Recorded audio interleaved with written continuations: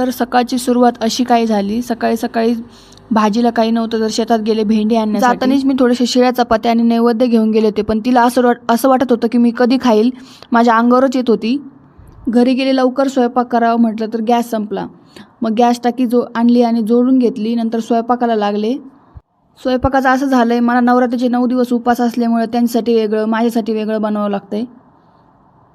तर नवऱ्याला घरातून बाहेर काढून दिलं कामाला जाण्यासाठी. यांना जोपर्यंत बाहेर काढत नाही तोपर्यंत घरातली कामं काही होत नाहीत. आमच्या वस्तीत देवी बसवली होती, तिथे होम मिनिस्टरचा कार्यक्रम होता, त्यासाठी बघायला गेलो होतो. खेळात मी पण भाग घेतला होता. तर 2-3 खेळ असे मी खेळले, त्यानंतर मी आऊट झाले. खेळ पण असे खूप छान छान होते, खूप हसायला येत होतं, एवढी मज्जा वाटत होती, खूप आनंद घेतला. इथे बघा पावडरनी बायकांचे कसे तोंड सगळे भरून गेले, तर इतके छान बघण्यासारखे वाटत होते ना.